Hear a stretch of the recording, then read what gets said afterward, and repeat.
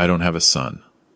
The words hung in the air as Detective Morrison stared at me across the coffee table in my living room in Vancouver. She had just told me that my son, who had been reported missing 3 days ago, had been found safe in a warehouse in Surrey. But there was a problem.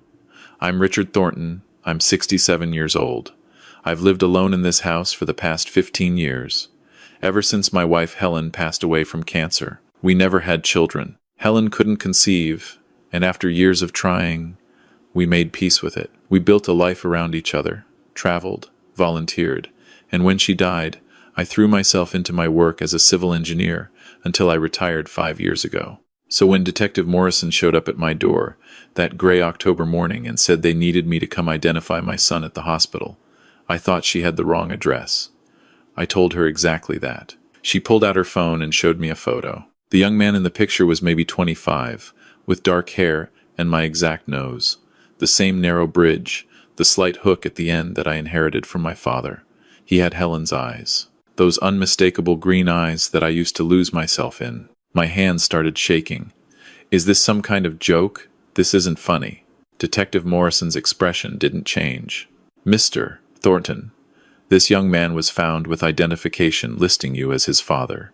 He's been asking for you. We need you to come with us. Now." The drive to Vancouver General Hospital felt like it lasted hours, though it was only 20 minutes. Detective Morrison explained what they knew. The young man's name was apparently Liam Thornton. He'd been held in a drug operation warehouse, forced to work as a courier. When the police raided the location, he was the only one who didn't try to run. He just sat there and said, "Please call my father. Richard Thornton." He gave them my address. I couldn't process any of it. Every word she said felt like it was coming through water. Helen and I never had a son. We never adopted. We never even got close to the adoption process, because Helen was diagnosed just as we were starting to consider it. Unless, the thought hit me like a freight train. Before Helen, there was Sarah, my girlfriend from university, 30 years ago. We dated for 3 years. I loved her. I thought we'd get married. Then one day she just disappeared. Left me a note saying she needed to figure out her life and I shouldn't try to find her. I was devastated. It took me 2 years to even consider dating again. That's when I met Helen. What if Sarah had been pregnant? What if she left because of that? We arrived at the hospital. Detective Morrison led me through the corridors to a private room. She knocked twice and pushed the door open. Sitting on the edge of the hospital bed was a young man in a gray hoodie. When he looked up and saw me, his face crumpled. "Dad," he whispered. I stood frozen in the doorway. Up close, the resemblance was undeniable. He had my father's strong jawline, my thick eyebrows, Helen's eyes, and something in his expression that reminded me of Sarah. The way his mouth turned down slightly when he was uncertain. "I'm sorry," I said carefully. "I think there's been a mistake. I don't have a son." The young man's face went pale. "What? No. You're Richard Thornton, right? You lived on Maple Street in Burnaby 30 years ago? You drove a blue Honda Civic?" My legs went weak. "How do you know that?" my mom told me. "Sarah Fletcher. You were together at UBC. She said you're my father." The room spun. I had to sit down. Detective Morrison pulled a chair over, and I collapsed into it. "Sarah. I haven't heard that name in decades. Where is she? Where's your mother?" Liam's eyes filled with tears. "She died. 6 months ago. Cancer. That's when everything fell apart. I didn't know what to do. I had no one. Mom never told me about you until right before she died. She gave me a letter with your name and old address. But when I tried to find you, I couldn't. The address didn't exist anymore. I ran out of money. Got desperate. That's when Danny found me." "Danny? Who's Danny?" "He runs the operation." Liam looked down at his hands. "I was living on the streets. He offered me a place to stay. Food. Money. I just had to deliver packages. I didn't know what was in them at first. By the time I figured it out, I was in too deep. He said if I tried to leave, he'd kill me. He has people everywhere." Detective Morrison stepped forward. "We've been tracking Danny Kovac for 2 years. This is the breakthrough we needed. But Liam, we need you to tell us everything."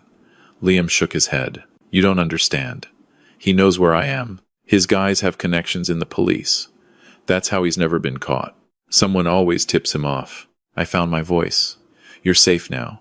Whatever happened in the past, whatever your mother's reasons were for keeping you from me, none of that matters right now. If you're really my son, then I'm here, and I'm not going anywhere." The words surprised me as much as they seemed to surprise him. But sitting there, looking at this young man who carried my blood, who had Sarah's spirit and Helen's eyes, I felt something shift inside me. 30 years of wondering what could have been suddenly had an answer. It was terrifying and overwhelming and impossible. But it was also undeniably real. Detective Morrison cleared her throat. "Mr. Thornton, I need to ask, are you willing to take a DNA test to confirm paternity?" "Of course," I said immediately. "Whatever you need." Over the next few hours, a nurse came to take samples from both of us. Detective Morrison explained that the results would take a few days, but in the meantime, they needed Liam's full cooperation with their investigation into Danny Kovac. Liam agreed, but I could see the fear in his eyes every time they mentioned Danny's name. They let me take Liam home that evening. The DNA results wouldn't be back for 72 hours, but Detective Morrison said given the circumstances and the clear family resemblance, she was comfortable releasing him into my custody. As we drove back to my house, Liam stared out the window in silence. I didn't push him to talk. I couldn't imagine what he was going through. When we got inside, I showed him to the guest room. It had been Helen's craft room before she got too sick to use it. I'd barely touched it since she died. Liam set down the small bag of belongings the hospital had given him and looked around. "This is really nice. Thank you. Are you hungry? I can make us something to eat." He nodded. "I haven't had a real meal in days." I went to the kitchen and started pulling out ingredients for spaghetti. It was one of the few dishes I knew how to make well. Helen had been the cook in our marriage. As I worked, I heard Liam moving around in the guest room, then the sound of the shower running. By the time he emerged, cleaned up, and wearing fresh clothes I'd found for him, dinner was ready. We sat across from each other at the dining table. For a long moment, neither of us spoke. Then Liam said, "I know this is weird for you. I'm sorry I showed up like this. You didn't ask for any of this." "No," I said, "but that doesn't mean I'm not glad you're here. I just need to understand what happened. Why didn't your mother tell me she was pregnant?" Liam put down his fork. "She said she was scared. You were both so young, just finishing university. She didn't want to trap you or ruin your future. She thought it would be easier if she just disappeared. She moved to Toronto, got a job, raised me on her own. She never talked much about you. I think it hurt too much. But when she got sick, when she knew she didn't have much time left, she told me everything. She said you deserved to know, and I deserved to know who my father was." I felt a wave of anger and grief crash over me. She took that choice away from me. I would have been there. I would have stepped up. Maybe Helen and I never would have happened, but I would have been a father to you. I would have tried. Liam's eyes glistened. "I know. She knew that too. That's why she felt so guilty. She said it was the biggest mistake of her life, keeping us apart. She made me promise I'd find you, tell you the truth. But when I got to Vancouver and couldn't find you, when I ended up on the streets, I felt like I'd failed her. Like I'd failed you too. You didn't fail anyone." I reached across the table and gripped his hand. "You're here now. That's what matters." We ate in silence for a while, both of us processing everything. Then I asked about Danny. "How did you end up with him?" Liam explained that he'd been sleeping in a shelter in the downtown east side when Danny approached him. Danny had a way of spotting vulnerable people. He was charming at first, offering help with no strings attached. But once Liam accepted, once he took the first delivery job, Danny had him. The packages were drugs, cocaine, fentanyl, prescription pills. Liam would pick them up from one location and drop them off at another. Danny paid him just enough to survive but never enough to leave. And then it got worse. Danny said I owed him for the room he was giving me, for the food. The debt kept growing. He said if I didn't pay it back, he'd hurt me. Or worse, he'd find my mom. I didn't tell him she was already dead. I was too scared. "Did he ever hurt you?" Liam pulled up his sleeve, revealing a series of old bruises and a burn mark on his forearm. "This was from when I tried to leave once. Danny's guys held me down and put a cigarette out on my arm. Said it was a reminder of what happens when you don't follow the rules." Rage flooded through me. "We're going to make sure he never touches you again. I promise you that." That night, I couldn't sleep. I lay in bed staring at the ceiling, thinking about Sarah, wondering what her life had been like. Raising Liam alone, wondering what kind of man I would have been if I'd known. Would I have been a good father? Would Liam's life have turned out differently? I thought about Helen too.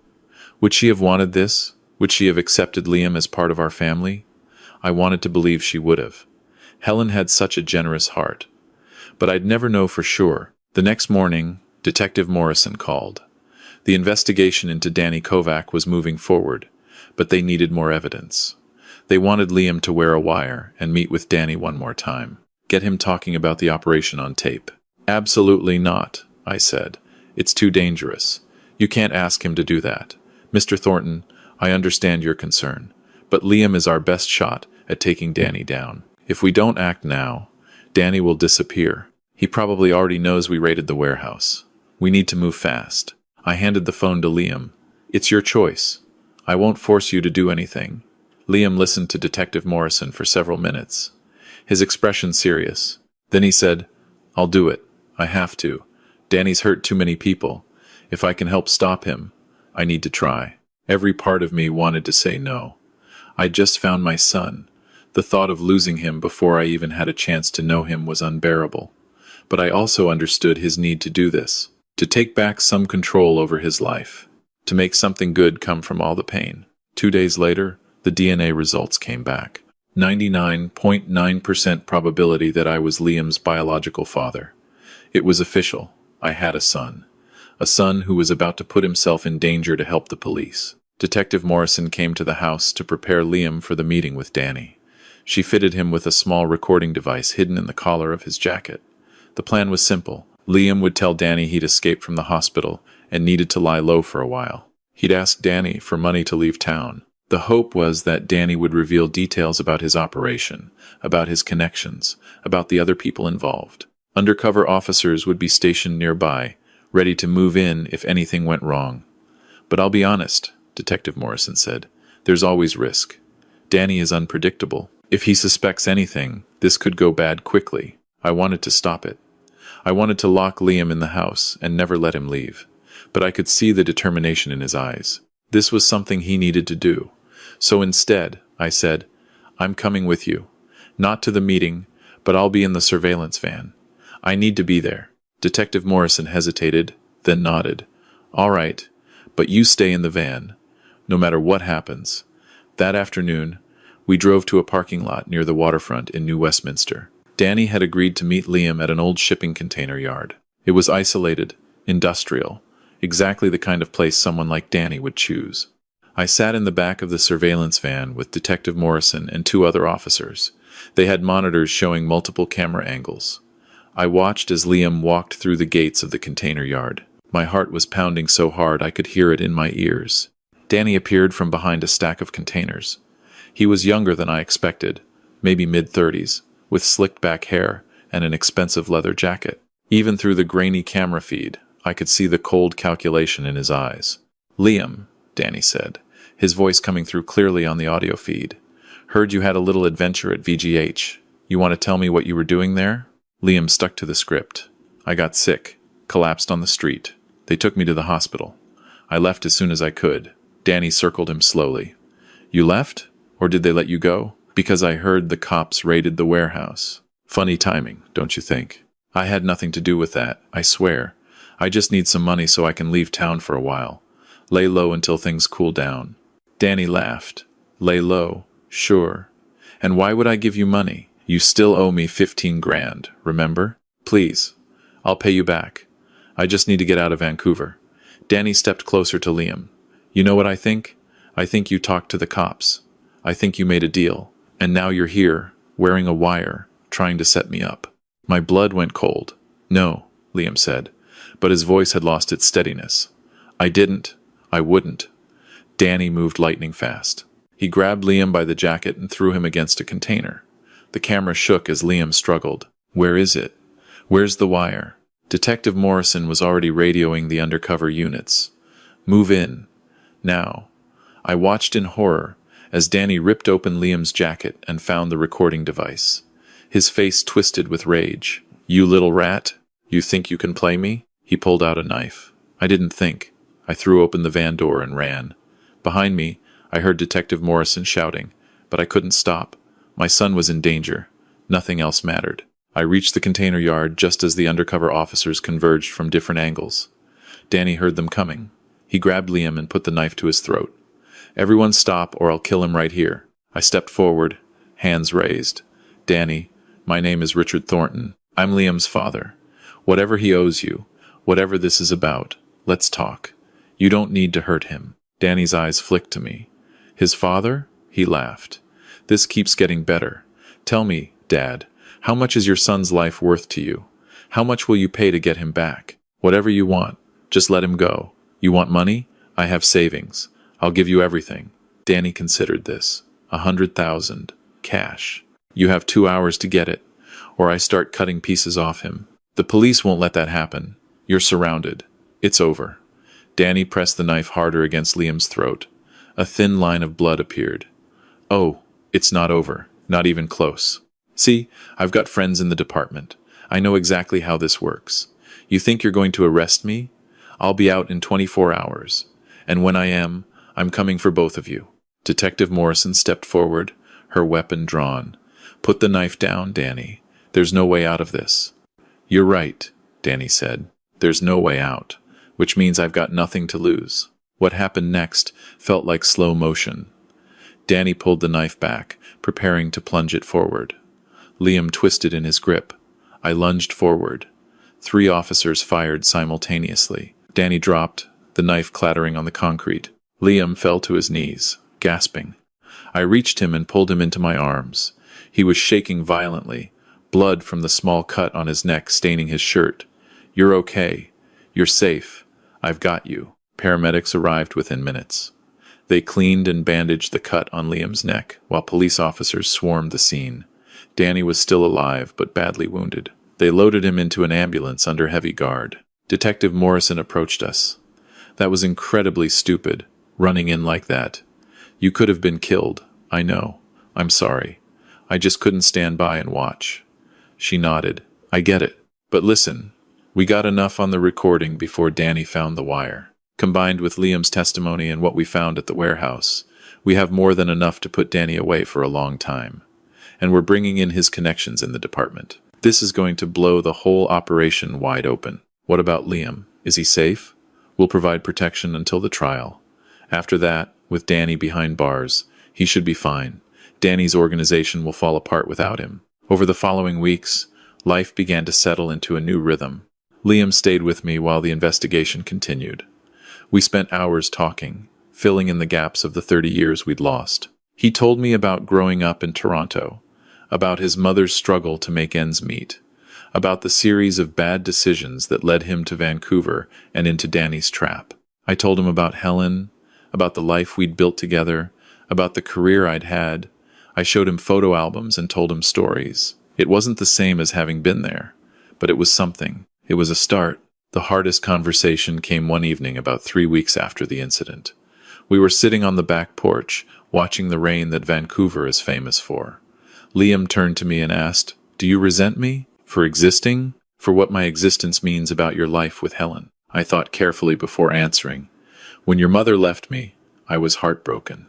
It took me a long time to move on. Meeting Helen saved me in a lot of ways. She was the love of my life. If I had known about you, everything would have been different. Helen and I probably never would have met, and I can't bring myself to wish that away, because the 15 years I had with her were the happiest of my life." Liam's face fell. "So you do resent me?" "No," I said firmly. "Listen to me. I don't resent you. What I resent is the situation. I resent that your mother felt she couldn't tell me. I resent that you grew up without a father. I resent the 30 years we lost. But you? I could never resent you. You're my son. And now that I know you exist, now that you're here, I can't imagine my life without you in it." The trial happened 6 months later. Liam testified against Danny and his organization. The evidence was overwhelming. Danny was sentenced to 25 years in prison for drug trafficking, kidnapping, assault, and a dozen other charges. Several corrupt police officers were also convicted. Detective Morrison was promoted for her work on the case. Through it all, Liam and I grew closer. He enrolled in community college to finish the degree he'd started before his mother got sick. He wanted to become a social worker, to help other young people who ended up in situations like he had. I couldn't have been prouder. We established our own routines. Sunday dinners became sacred. We'd cook together, often attempting Helen's old recipes with mixed results. Liam started calling me Dad, tentatively at first, then with more confidence. Every time he said it, my heart swelled. I introduced him to my friends, my old colleagues, the few remaining family members I had left. Everyone was shocked, but supportive. Some of them had known Helen, and they said they thought she would have loved Liam. I believed that. I had to believe that. One afternoon, about a year after Liam first came into my life, we drove out to the cemetery where Helen was buried. Liam had asked to visit her grave. We stood there in the soft spring sunshine, and I told Helen's headstone about our son. I told her about everything that had happened. I told her I was sorry if this somehow dishonored her memory, but that I believed she would understand. I believed she would want me to embrace this second chance at fatherhood. Liam placed flowers on her grave. "Thank you," he said softly, "for taking care of my dad when I couldn't, for making him happy. I'll take care of him now. I promise." We stood there for a long time, the three of us in our own way, finally together. As we walked back to the car, Liam said, "You know, I used to be so angry at my mom for keeping us apart, but now I think I understand. She was scared and young and trying to do what she thought was right.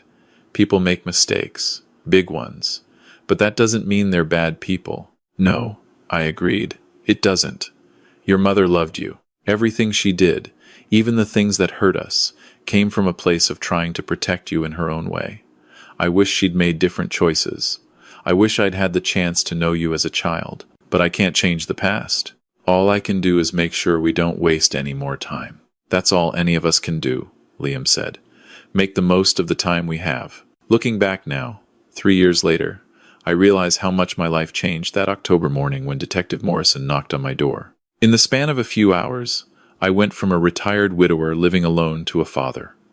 It was terrifying and overwhelming, and sometimes I still don't feel adequate to the task. But it's also been the greatest gift. Liam graduated from college last spring with honors. He works now at a youth shelter in the downtown East Side, the same area where he once lived on the streets. He helps kids who remind him of himself, kids who've made mistakes or fallen through the cracks. He gives them the second chance he was given. We still have Sunday dinners. We still talk for hours about everything and nothing. He's started dating a wonderful young woman named Rachel, who works at the shelter with him. She makes him happy in a way I haven't seen before. He's talking about proposing. The thought of possibly having grandchildren someday fills me with a joy I never expected to feel. If I could go back and change things, would I? Would I want to have known about Liam from the beginning? Of course. I missed so much. His first words, his first steps, his childhood, his teenage years. I missed being there when he needed a father most. But I also know that dwelling on what can't be changed is a waste of the precious time we do have. Sarah made a choice 30 years ago that affected all of our lives. I've had to make peace with that. I've had to forgive her, even though she's not here to accept that forgiveness. And I've had to forgive myself for not somehow knowing, for not finding them, even though there was no way I could have. What I've learned through all of this is that family is complicated. It's messy and imperfect, and sometimes it comes to you in ways you never expected. But that doesn't make it any less real or valuable. Blood might determine biology, but it's the choices we make every day, the commitment to show up and try, that truly defines what it means to be family. Liam taught me that. At 67, I thought my life was winding down. I thought my story was essentially finished, just a matter of waiting out the remaining chapters. Instead, I found out there was an entire volume I didn't know existed, and now I get to help write the rest of it alongside my son. To anyone out there carrying secrets about family, about children, about lost connections, I want you to understand something. The truth always has a way of emerging. You might think you're protecting people by keeping silent, but secrets have consequences that ripple out in ways you can't predict or control. Sarah thought she was doing the right thing by keeping Liam from me. In her mind, she was protecting both of us from a difficult situation. But what she actually did was deprive both of us of something precious. She deprived me of being a father, and she deprived Liam of having a father. That absence shaped both of our lives in profound ways. If you're keeping a secret like that, I'm not here to judge you. I understand that circumstances are complicated and people make choices based on fear and uncertainty, but I urge you to consider the long-term cost of that silence. Consider what it means for the child, who deserves to know where they come from. Consider what it means for the parent who deserves a chance to step up, to try, to be present. And if you're someone who's discovered a family secret, if you've learned about a child or a parent you never knew existed, I want you to know that it's never too late. Yes, you've lost time. Yes, there will be anger and grief and complicated emotions to work through. But the possibility of connection, of building something meaningful going forward, is always there, if you're willing to reach for it. I also learned something about judgment and second chances. When Liam came into my life, he was at his lowest point. He'd made mistakes. He'd gotten involved with dangerous people. He'd broken the law. It would have been easy to focus on those things, to see him as someone who'd failed. But that's not who he was. He was a young man who'd been dealt a difficult hand and did the best he could with limited options. He deserved grace and support, not condemnation. We all deserve that, really. We all make mistakes. We all have moments when we lose our way. The measure of a person isn't whether they stumble, it's whether they get back up. It's whether they're willing to learn and grow and try to do better. Liam has shown me that every single day since we found each other, he's built a life focused on helping others avoid the pitfalls he fell into. He's turned his pain into purpose. That takes courage and strength that I deeply admire. Finally, I've learned that grief and joy can coexist. I will always mourn the years I didn't get with Liam. I will always wonder what kind of father I would have been to a young child. Whether I would have been good at it, I'll never know. But I also have profound gratitude for the relationship we have now, for the fact that we found each other at all, for every Sunday dinner and every late-night conversation and every moment of simply being together. And I can honor Helen's memory while also embracing this new chapter. She would want that for me. She would want me to be happy, to be a father to the son I never knew I had. These things don't contradict each other. Love isn't a finite resource that gets used up. It multiplies and expands to fill whatever space we give it. So yes, my life changed completely when Detective Morrison knocked on my door that October morning. But change isn't always bad, even when it's difficult. Sometimes change is exactly what we need, even if we don't know it at the time. Sometimes the family we're meant to have comes to us in unexpected ways, and our job is simply to be brave enough to embrace it. I'm Richard Thornton. I'm 70 years old now. I'm a retired civil engineer. I'm a widower who still misses his wife every day. And I'm a father to a remarkable young man who I'm still getting to know. All of these things are true. All of these things are part of my story. And I wouldn't change any of it, because every piece, even the painful ones, led me to where I am now. Led me to finally having the family I always wanted, even if it arrived 3 decades later than it should have. If you take nothing else from my story, take this. It's never too late for truth. It's never too late for family. And it's never too late to start writing a new chapter, no matter how old you are or how much time you think has passed. Life has a way of surprising us, of giving us second chances we didn't even know we needed. When those chances come, don't turn away from them. Step forward, even if you're scared, because on the other side of that fear might be the greatest blessing you never saw coming.